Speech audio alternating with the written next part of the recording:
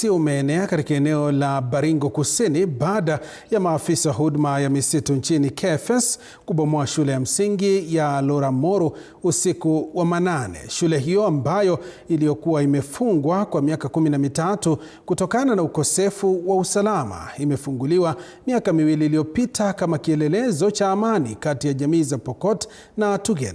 Inadaiwa maafisa hao walifika kwa magari 7 na kuharibu madarasa, afisi na makazi ya walimu, wakidai shule hiyo iko ndani ya msitu wa Mukutani. Na sasa viongozi wa Baringo wanataka majibu ya haraka kuhusu mkanganyiko huu wa serikali. Kwa miaka 13 eneo hili lilikuwa uwanja wa vita, huku milio ya risasi ikitanda angani. Mwanga wa matumaini ulirejea miaka 2 iliyopita baada ya serikali kujenga upya shule ya msingi ya Loramoro.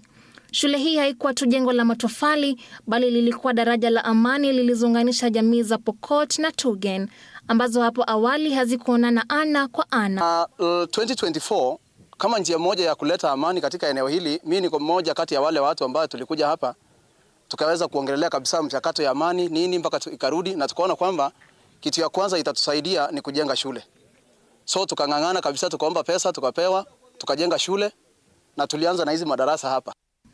Mwalimu mkuu wa shule hii Joseph Kiprop amesema taasisi hiyo ilisajiliwa kikamilifu na serikali na usajili wa wanafunzi ulikuwa unaongezeka kadri jamii ilivyokumbatia elimu kama njia ya kujikwamua kutoka kwa msimamo mkali wa ujangili.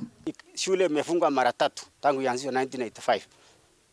Sasa imefungwa ikafunguliwa, ikafungwa ikafunguliwa.